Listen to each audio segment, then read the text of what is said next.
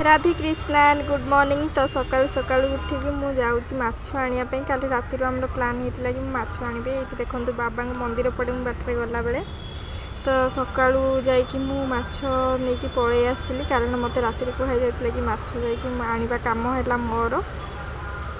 तो माछ धरिकी रूम रे पहुँची गली तापर सफा करके रखीदे।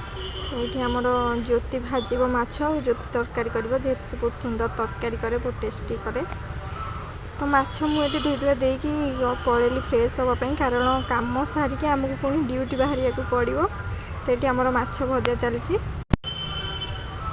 तो खाई पी सारिकी ये ऑफिस आसिक पहुँची जाइए कॉफी पी देती। तो संध्या आसला बेलू आम गजपति कहले टिके रोल खाइए बोली तो सांगे सांगे आम बाहर की गलु हारी। तो सी तार रोल आणिकी खाइला ये गोटे पीस माछ थिला मुझे मसला देकी करदे किंतु जदि यार रेसिपी दरकार तो मत कमेंट करदे मुझे देदेवी। रही राधे कृष्णा राधे कृष्णा।